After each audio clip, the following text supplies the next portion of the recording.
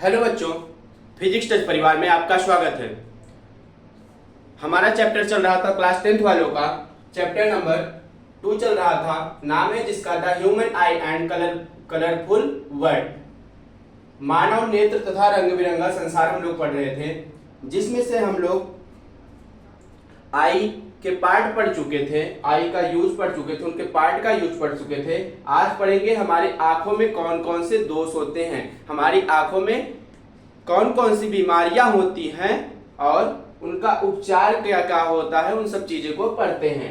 आइए स्टार्ट करते हैं हम लोग। तो पहली बीमारी हमारे आंखों में होती है कलर ब्लाइंडनेस।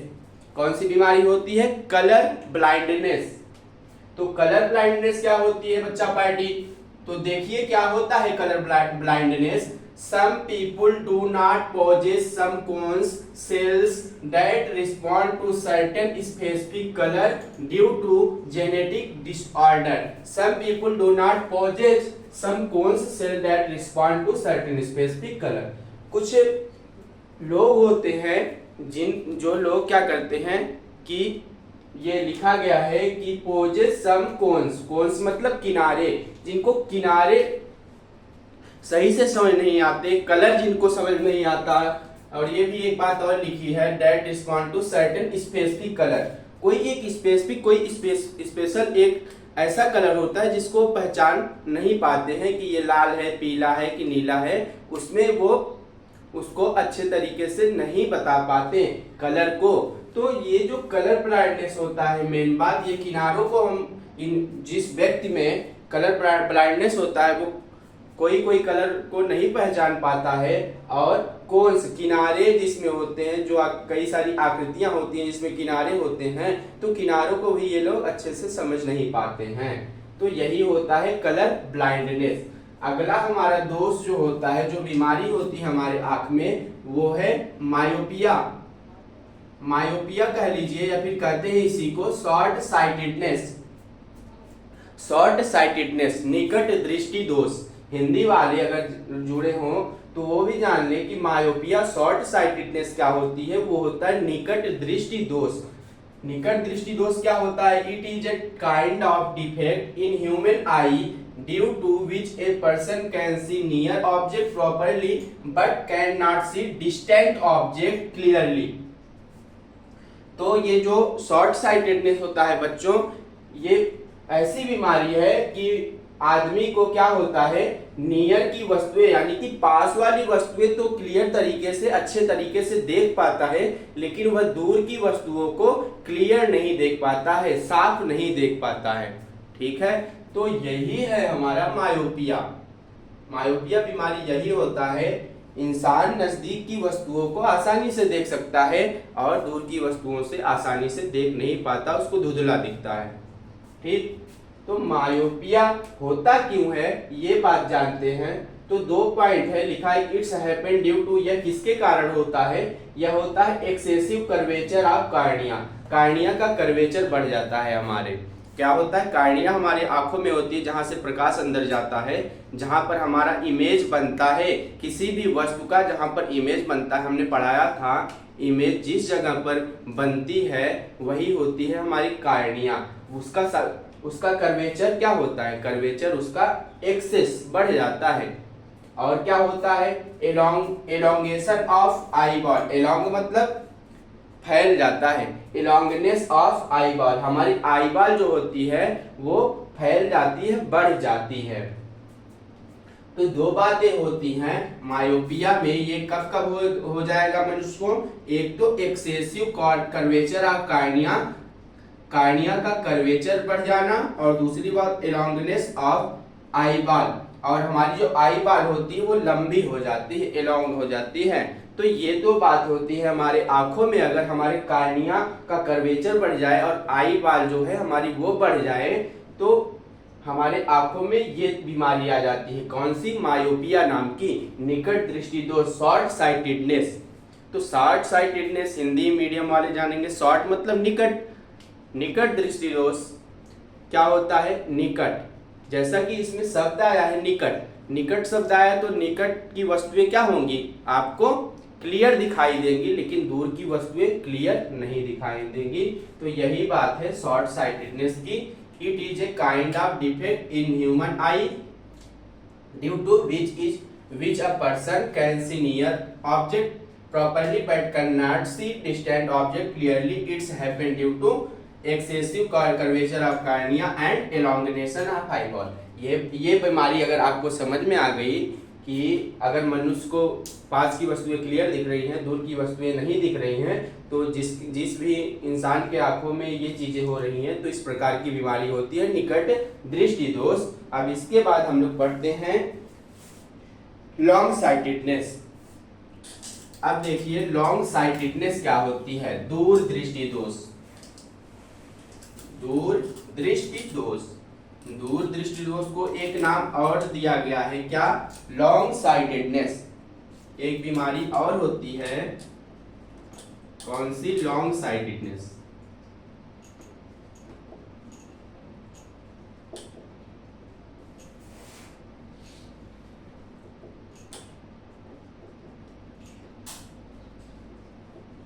लॉन्ग साइटेडनेस, इसी को हम लोग क्या बोलते हैं? इसी को हम लोग बोलते हैं hypermetropia. Hypermetropia.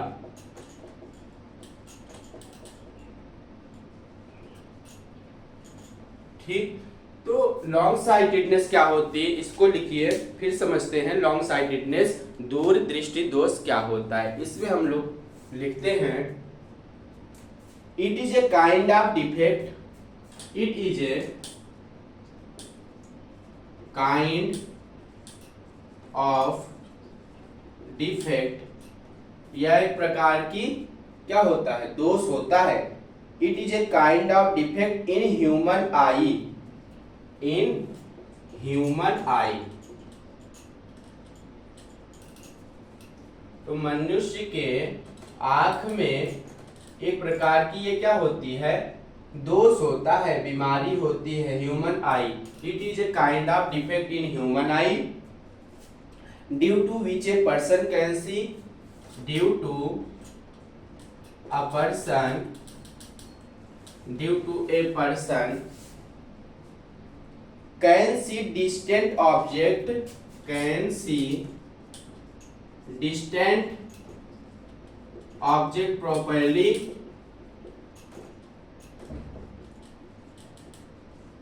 but cannot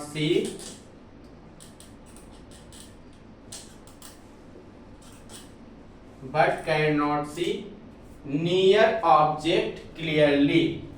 Near object clearly। तो ये क्या होता है? ये उल्टा होता है हमारे शॉर्ट साइटेडनेस का। मायोपिया का उल्टा हो जाएगा, बस और कुछ नहीं। उसमें क्या था?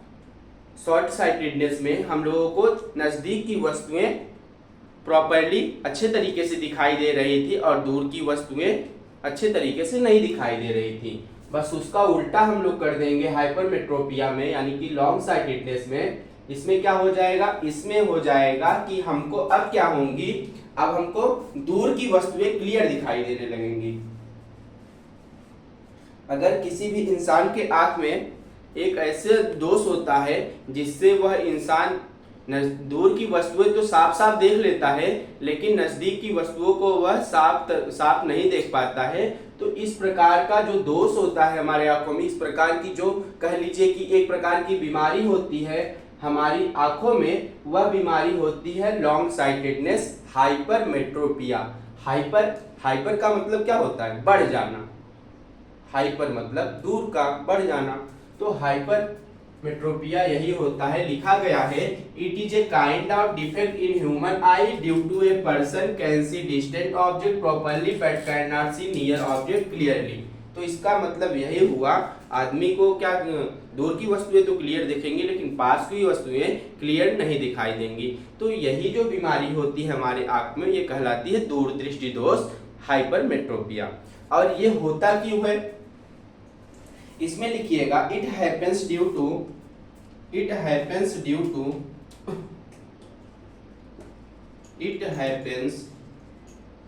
ड्यू टू, यह किसके कारण होता है? तो यह किसके किसके कारण हो जाएगा? इसमें भी दो बातें हो जाएंगी कि अगर क्या हो, decrease in power of eye lens, decrease in power of eye lens. और एक बात और क्या हो जाए, और हो जाए कि इसका मतलब ये जो लिखे हैं decrease in power of eye lens, हमारे आई लेंस की पावर अगर डिक्रीज कम हो जाए, इसका मतलब यही है that is increase in focal length of eye lens. That is, इसका मतलब इंक्रीज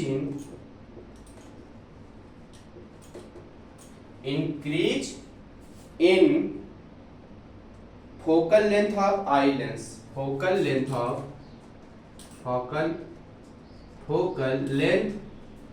इन आई लेंस। तो हमारे आई लेंस की क्या कर लीजिए, फोकल लेंथ बढ़ जाए ना। फोकल लेंथ जहां पर प्रकाश आके टकराता है जिस पॉइंट पे, एक ऐसा पॉइंट जिस पर प्रकाश आए और टकराने के बाद उसी सेम पॉइंट पर, एग्जैक्ट पॉइंट पर सारे लाइट की जो रे रहे मिलती हैं, कट करती हैं एक दूसरे को, वही पॉइंट होता है हमारा क्या, फोकल पॉइंट। ठीक, तो वही उसकी दूरी क्या हो जाती है, फोकल लेंथ की बढ़ जाती है आई लेंस से।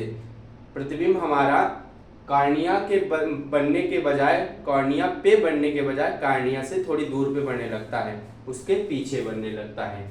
यही बात होती है पहली की, ये बात हो जाती है, इस कारण हो जाता है यह दोष। और दूसरी बात यह है कि shortening of eye ball, shortening of eye ball. Shortening of eye ball कहने का मतलब ये है कि जिस प्रकार से हमारे शॉर्ट साइटेडनेस में ये आई बॉल जो था वो बड़ा हो गया था, लेकिन यहाँ पर लॉन्ग साइटेडनेस में आई बॉल, हमारा जो आंख है, ये जो सफेद वाला पार्ट इसमें व्हाइट वाला, वो क्या होता है, उसको आई बॉल बोलते हैं। उसका आकार क्या होता है, छोटा हो जाता है ना।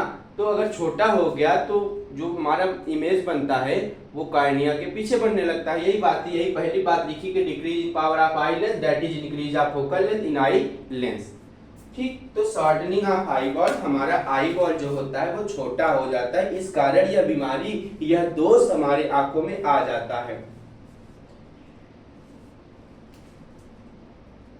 तो ये बात समझ गए कि लॉन्ग साइटेडनेस, हाइपरमेट्रोपिया होती क्या चीज है और यह बीमारी क्यों होती है। आगे बढ़ा जाए, इसको इरेज करते हैं। अगला हमारा जो है बीमारी, हमारे दोस्त कह लीजिए कि हमारे आंखों में है, वो है प्रेसबायोपिया। प्रेसबायोपिया हिंदी में कहते हैं जरा दृष्टि दोष। जो उम्र के हिसाब से सभी ह्यूमन के, सभी मानव के आंख में जो दोष आ जाता है उसे क्या कहते हैं, प्रेसबायोपिया ना। जैसे जैसे आपकी एज बढ़ती जाएगी वैसे वैसे आपकी आंख की रोशनी कम होने लगती है।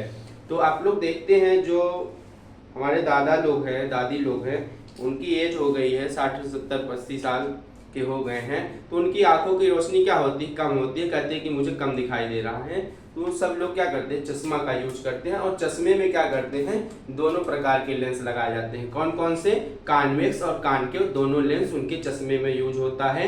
आप महात्मा गांधी के चश्मे को अगर देखा होगा तो उनका चश्मा बहुत बड़ा गोला सा था, उसमें 2 लेंस लगा था ना।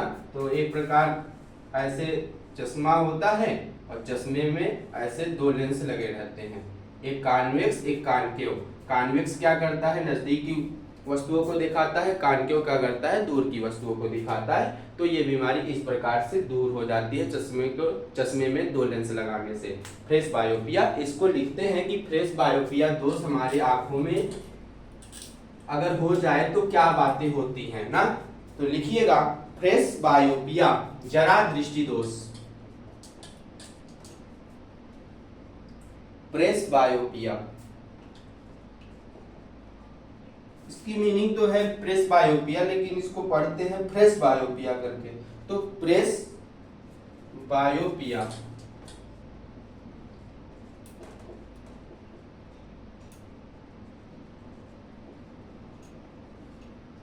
हिंदी में बोलते हैं जरा दृष्टि दोष।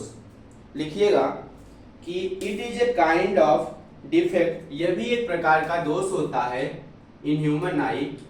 It is a kind of defect in human I, human eye. It is a kind of defect in human eye due to which a person can see, due to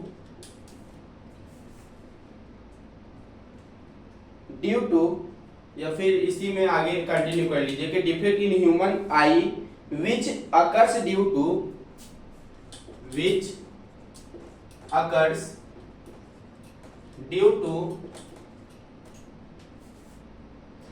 ageing. अभी बताया ना, एजिंग उम्र के हिसाब से बीमारी आती है। Due to ageing it happens due to, और यह क्यों होता है? It happens due to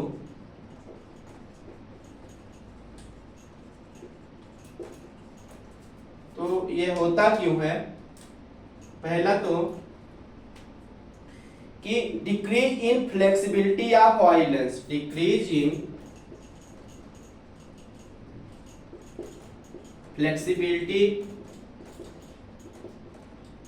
flexibility in eye lens.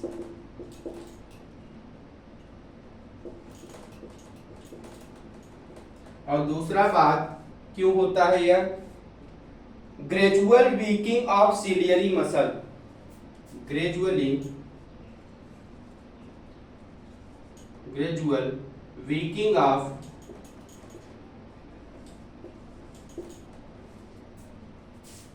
Ciliary muscles. तो यह जो उम्र के हिसाब से हमारे आंखों में दोष आ जाता है, ना हमको नजदीकी वस्तुएं, ना तो नजदीकी वस्तुएं क्लियर दिख पाती है, ना दूर की वस्तुएं दिख पाती है। ये उम्र के हिसाब से मानव के नेत्र में ये बीमारी आती है, दोष आता है। और यह क्यों आता है? तो दो बातें होती हैं क्यों आता है। पहली तो बात यह है कि decrease in flexibility in eye lens, जो हमारे आंखों में आई लेंस लगी है, कॉन्वेक्स लेंस लगा है हमारे आंखों में, तो उसकी फ्लेक्सिबिलिटी डिक्रीज हो जाती है, कम हो जाती है। वो फ्लेक्सिबल नहीं हो पाता है। फ्लेक्सिबिलिटी मतलब लचीलापन, इधर उधर भाग नहीं पाता है, इधर उधर अपनी पोजीशन को सेट नहीं कर पाता है, यही होती है फ्लेक्सिबिलिटी। तो उसकी फ्लेक्सिबिलिटी क्या होती है? डिक्रीज हो जाती है, कम हो जाती है हमारे आई लेंस की, जो हमारे आंख में लगा हुआ है, हमारे इन नयनों में। नैनो वो नयन है ना, कि आंख का पर्यायवाची क्या होता है? नेत्र, नयन, आंख, चक्षु, नेत्र, ये सब क्या पर्यायवाची है? नयन कर लीजिए। हमारे नयन की जो फ्लेक्सिबिलिटी है वो क्या हो जाती है? उसकी लेंस की कम हो जाती है। दूसरी बात, gradual weakening of ciliary muscle, और धीरे धीरे, ग्रेजुअल मतलब धीरे धीरे, ये जो होता है हमारा सिलियरी मसल, ये कमजोर हो जाता है। इंसान अगर बॉडी पूरी कमजोर हो जाती है बुढ़ापे में, जैसे जैसे आपकी एज बढ़ती जाएगी, आपकी एनर्जी कम होती जाएगी। अगर एनर्जी हमारी बॉडी की कम हो गई तो आंख हो, हाथ हो, पैर हो, घुटने हो, क्या हो जाता है? ये सब बीमारियां आने लगती है इंसान के अंदर। तो उसी प्रकार से जो सिलियरी मसल्स होती है वो भी बॉडी का पार्ट है हमारे आंख का, तो वो भी क्या होती है? कमजोर हो जाती है। धीरे धीरे वो भी कमजोर होने लगती हैं, वो अपना वर्क अच्छे से नहीं कर पाती हैं। आप लोग जानते हैं सिलियरी मसल्स का काम क्या होता है? वो हमारे आई बॉल को क्या करता है? पोजीशन देता है। उसकी फ्लेक्सिबिलिटी होती है, उसको एक स्थान पर बना के रखता है। वो अपने स्थान से अपने पोजीशन को चेंज नहीं कर पाता। इधर उधर तो अपनी फ्लेक्सिबिलिटी बनी रहती है, लेकिन उस पोजीशन को चेंज नहीं कर पाता। सिलियरी मसल्स का काम होता है कि हमारे आंख को पकड़ के रखता है दोनों तरफ से। तो वो क्या होता है? धीरे धीरे हमारा सिलियरी मसल ग्रेजुअल वीकिंग होने लगता है, धीरे धीरे कमजोर हो जाता है। ठीक इसी कारण यह हमारे बीमारी हमारे नेत्र में आ जाती है। मनुष्य की आंखों में इसी वजह से यह बीमारी आ जाती है, फ्रेश बायोपिया, जरा दृष्टि दोष। ठीक है, ये बात आपको समझ में आती है तो आगे बढ़ते हैं। एस्टिग्मैटिज्म, अब कौन सा दोष पढ़ेंगे? एस्टिमैटिज्म।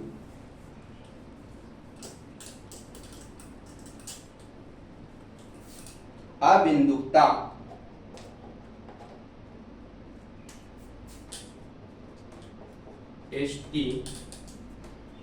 एस्टिमैटिज्म, एस्टिमैटिज्म,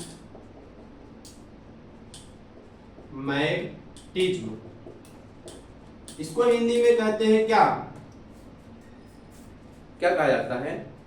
तो अभी बताएं, क्या हम भूल गए। एस्टिमैटिज्म याद आता है बता देंगे कि इसमें लिखिए it is a kind of defect. हाँ याद आया, इसका मतलब होता है अबिंदुकता। अबिंदुकता। एस्टिमैटिज्म लिखिएगा, it is a kind of defect in human आई। तो ये भी एक प्रकार का दोष होता है मानव नेत्र में। It is a kind of human eye, it is a kind of, it is a defect कह लीजिए, डिफेक्ट एक वर्ड छोड़ गया। It is a defect in human I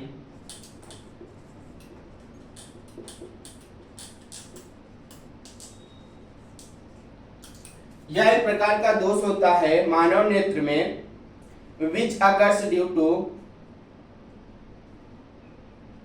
which a person due to which a person due to which a person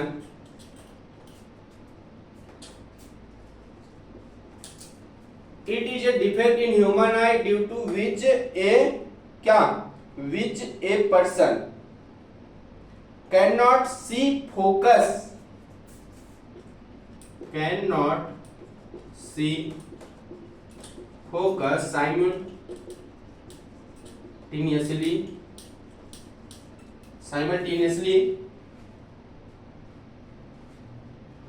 horizontal and vertical line, both horizontal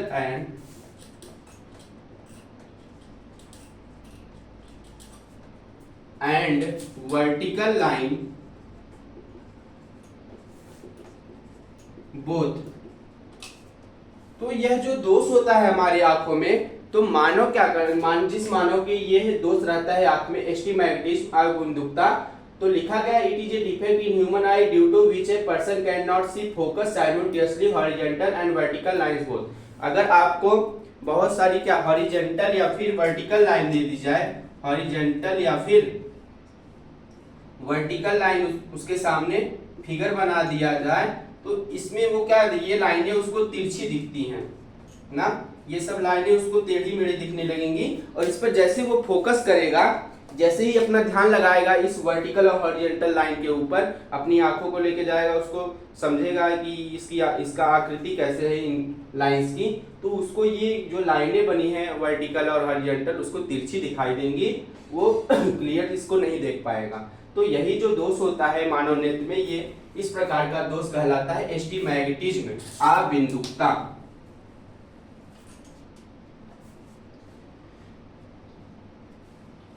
ये समझ गए। आइए और क्या दोष होता है वो भी देख लेते हैं। एक होता है कॉन्ट्रैक्ट, कैटरेक्ट,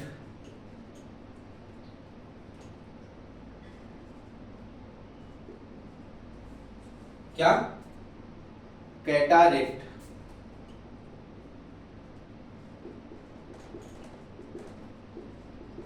कैटारेक्ट जिसको बोलते हैं मोतियाबिंद।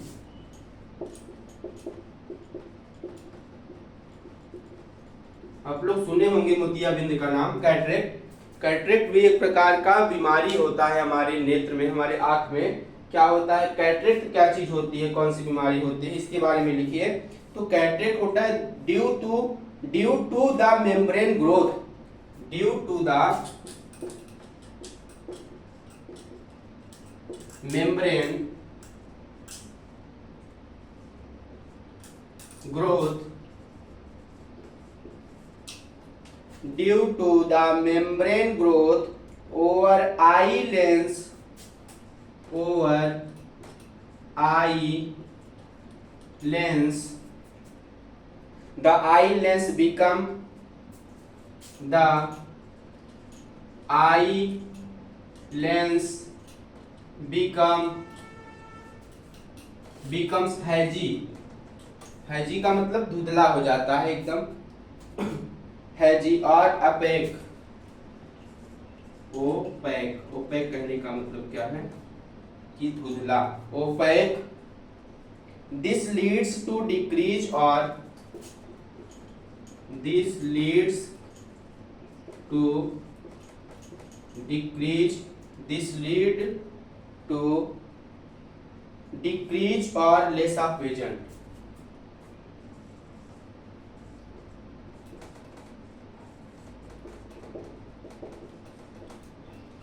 तो ये जो होता है कैटरेक्ट, मोतियाबिंद, ये कैसी बीमारी होती है? तो लिखा गया है due to the membrane growth over the eye lens becomes hazy और opaque, this leads to decrease और लेस विजन। मेम्ब्रेन एक प्रकार कह लीजिए झिल्ली होती है हमारे आंखों में, उसकी क्या होती है, वो ग्रोथ, उसका विकास हो जाता है हमारी आंखों में। तो ये जो आई लेंस के ऊपर एक झिल्ली पाई जाती है जिसको बोलते हैं मेम्ब्रेन, वो धीरे धीरे इसका ये ग्रोथ कर जाती है और हमारे आंखों पर चढ़ जाती है। द आई लेंस बिकम हैजी और अपेक। अगर ये जो मेम्ब्रेन है ये ग्रोथ कर जाएगा, हमारी आंख के लेंस के ऊपर अगर बढ़ जाएगा तो हमारा लेंस क्या होगा, आई लेंस, वो ओपेक हो जाएगा। ओपेक मतलब धुंधला दिखाई देने लगेगा हमारे आई लेंस से। जिस प्रकार से अगर ये कैमरा चल रहा है, कैमरे के ऊपर अगर कुछ डस्ट जम गई, कैमरे के ऊपर अगर डस्ट जम गई तो आपको हमारी ये वीडियो क्लियर नहीं दिखेगी। उसी प्रकार से अगर आई लेंस के ऊपर ये मेम्ब्रेन चढ़ जाती है, इसका ग्रोथ बढ़ जाता है, तो हमारा आई लेंस क्या होता है, धुंधला हो जाता है, अच्छे तरीके से क्लियर विजन नहीं कर पाता है।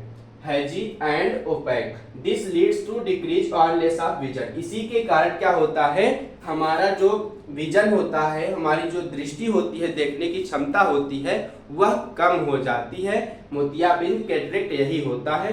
तो इसका एक सिंपल सा इलाज है कि आप लोग जाइए डॉक्टर के पास, किसी आई डॉक्टर के पास, इसका ऑपरेशन करवाइए बस।